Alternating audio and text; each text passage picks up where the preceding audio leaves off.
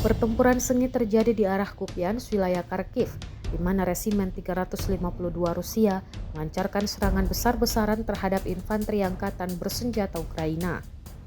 Rekaman aksi tersebut diunggah di Telegram Sabtu 26 Juli 2025. Dalam rekaman, terlihat prajurit Resimen 352 bergerak maju ke garis depan dengan dukungan penuh dari operator drone serang dan unit artileri. Serangan terkoordinasi ini berhasil menghancurkan pos komando UAV Ukraina serta menonaktifkan sejumlah peralatan militer dan posisi infanteri milik lawan.